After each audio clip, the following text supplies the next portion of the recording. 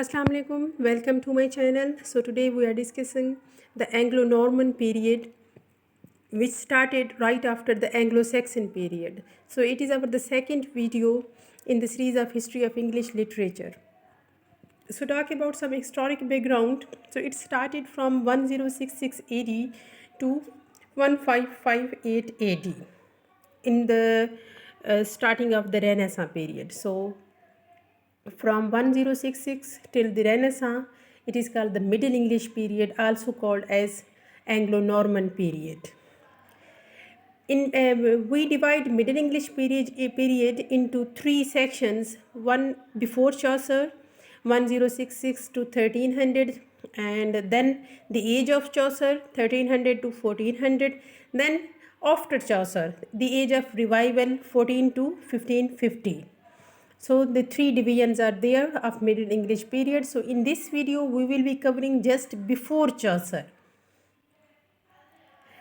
This period started right after when King William the Conqueror of Normandy, he defeated the king of Anglo-Saxon king Harold Godwinson in the Battle of Hastings. So this Battle of Hastings is having a very important significance in this regard. So we call the language of Anglo-Saxon and the language of Anglo-Normans. They form a new language, Anglo-Norman language. Anglo-Norman language, and after this, the Battle of Hastings, when this occurred, before Battle of Hastings, there was Anglo-Saxon, and after Battle of Hastings, we had the Anglo-Norman. And why we call it Anglo-Norman? Because it is the language of Angles and Saxons, and it is the language of Normans. Normans actually were the French people who defeated the Anglo-Saxons, and they were civilized. If we talk about the language development, so we can say the Old English plus French, because the Normans were French speaking. So the mixture of these two languages was called Middle English period, Middle English language. Because the Normans, they made French an official language, so the ruling class of England became Anglo-Norman, means they were speaking English and they were speaking French as well. And French was a dominant, and the clergy and the religious people and the Pope, they were speaking and they were writing in Latin language. अगर हम English words की origins को देखें तो हमें ये पता चलता है कि ये इंग्लिश जो आज हमारे पास है, इसकी जो वर्ड्स का ओरिजिन है वो 29% फ्रेंच है और 29% लैटिन है, और चूंकि एंग्लो सैक्सन जर्मेनिक ट्राइब्स थे तो 26% जर्मेनिक वर्ड्स उसके अंदर हैं, और कुछ ग्रीक हैं, कुछ फ्रॉम प्रॉपर नेम्स हैं, कुछ अननोन वर्ड्स भी हैं जो कि जिनका मिक्सचर बन के इंग्लिश के वर्ड्स जो आज हमारे पास मौजूद हैं वो बनते हैं. And if we talk about the important political milestone of this age, then the very important is the Norman conquest, when the William Conqueror defeated the Anglo-Saxon king Harold in the Battle of Hastings in 1066.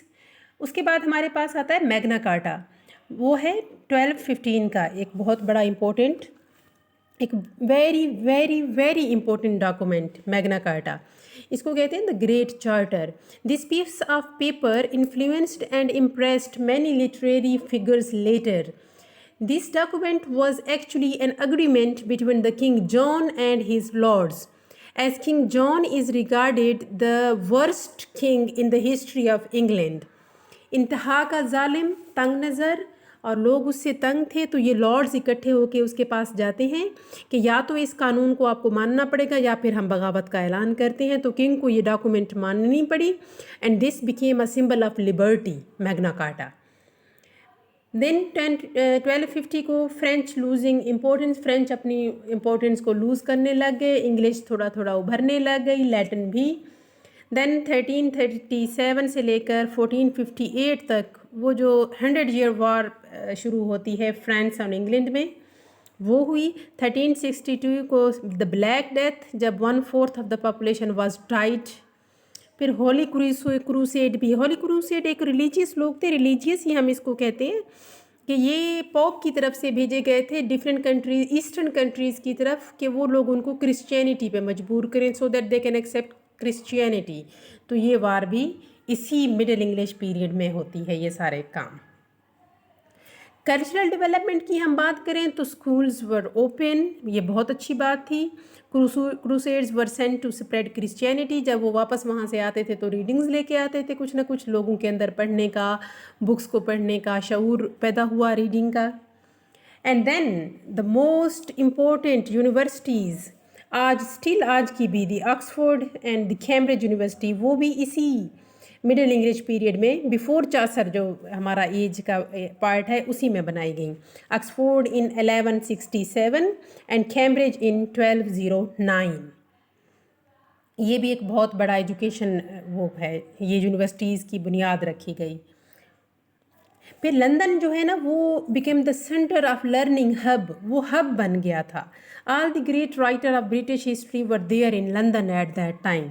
सारे लोग जिन्होंने education हासिल करनी होती थी, literary लोग जो थे वर अदब के, वो सारे लंदन में ही, मतलब लंदन उनके लिए गढ़ बन चुका था। अगर हम लिटरेरी वर्क्स की बात करें ऑफ ओल्ड इंग्लिश पीरियड, तो उसमें इतना कोई ख़ास काम हमें नहीं मिलता। मतलब कि इसके वर्क को हम 3 उसमें डिवाइड कर सकते हैं कैटेगरीज में, वार, रिलीजन एंड रोमांस। रोमांस में एक लव पे लिखा जाता था, जहाँ पे नाइट्स का जो पैट्रियोटिज्म होता था, एडवेंचर्स होते थे, उसको भी वो रोमांस का नाम देते थे। Authors usually are anonymous, printing was not yet introduced, texts were written as manuscripts, books were expensive as written by hand, और पीपल जो थे वो यूजुअली लंदन जाते थे ताकि वो लिटरेचर को सीख सकें। सो इस उसमें भी कोई इतना बड़ा वर्क प्रोड्यूस नहीं किया गया। लेकिन चांसर डिजेस्टे एक इम्पोर्टेंट वर्क है। एक्चुअली ये फ्रेंच वर्ड है जिसका मीनिंग है songs of deed. Songs of deed किससे लिया गया था? ये किंग आर्थर की आर्थरियन लेजेंड से लिया गया था।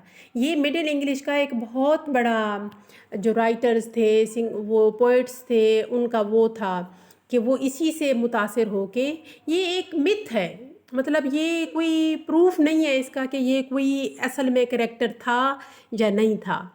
King Arthur, Morton the Arthur भी लिखा था किसी ने, लेकिन ये मिथ कैरेक्टर था। उसी की नाइट्स के बारे में, उसी की बहादुरी के बारे में, ब्रेवरी के बारे में लोग लिखा करते थे। तो ये चांसर डिजेस्टे भी इसी के ऊपर लिखा गया था।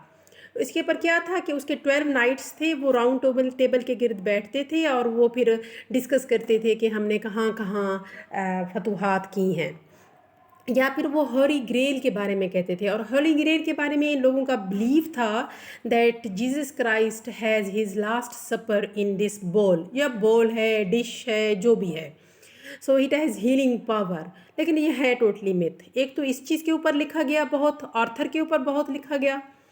एक अगर हम 12th सेंचुरी इंपॉर्टेंट वर्क की बात करें तो वो एक और मल्लम है बाय ऑर्म, और एक आउल एंड द नाइटिंगेल है। और मल्लम जो है वो basically religious book and is the interpretation of Bible. In it, Orm tried to teach the theme of Bible in easy language so that people can get a sense of it. Christianity was rapidly spreading in England at that time.